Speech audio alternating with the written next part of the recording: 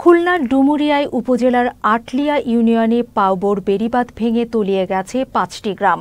ভেসে গেছে চিংড়ি ঘের, হাঁটুপানিতে তলিয়ে আছে স্কুল, মসজিদ, মন্দির, হাটবাজার ও বসতবাড়ি।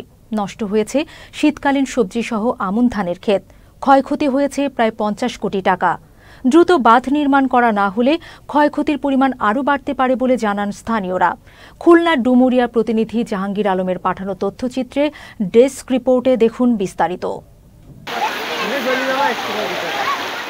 অতিরিক্ত জোয়ারের পানির চাপে খুলনার ডুমুরিয়া উপজেলার আটালিয়া ইউনিয়নের কাঁঠালতলা বাজার সংলগ্ন পাউবর বেড়িবাঁধ ভেঙে গেছে। 18 সেপ্টেম্বর দুপুরের পর স্থানীয় ভদ্রা নদীর পানির চাপ বাড়লে ভাঙন সৃষ্টি হয় বাঁধটিতে।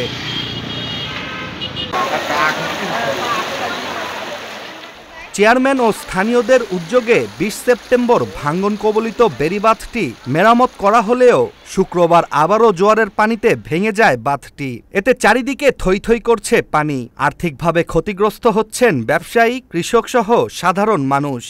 ভদ্রা নদীর বাঁধ ভেঙে আজ 4-5 দিন যাবৎ জোয়ারের পানি অনর্গল ঢুকছে।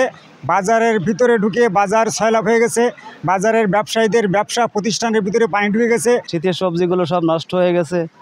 এলাকার মানুষ পানিবন্দী, ঘর বাড়িতে পানি, নলকূপগুলো নষ্ট হয়ে যাওয়ায় অনেক ক্ষতিগ্রস্ত আমাদের এলাকার মানুষ।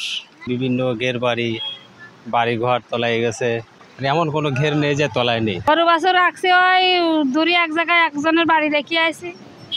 এই নদী ভাঙনের ফলে আমাদের এই এলাকায় 5-6টা গ্রাম তলিয়ে গেছে। এলাকার বিশেষভাগ আমন ধানের যে ক্ষতি এটা আসলে আমাদের এখন পূরণ করা সম্ভব না। নদী সংলগ্ন যে অবদা, এই অবদা ভেঙে আজকে 3-4 দিন পরপর প্লাবিত হচ্ছে। গত পরশুদিন আমরা প্রাথমিকভাবে 200 বস্তা, 50টা মতো বাঁশ এবং 100 মতো শ্রমিক নিয়ে আমার নিজের অর্থায়নে আমি এটা প্রচেষ্টা করে যাচ্ছি।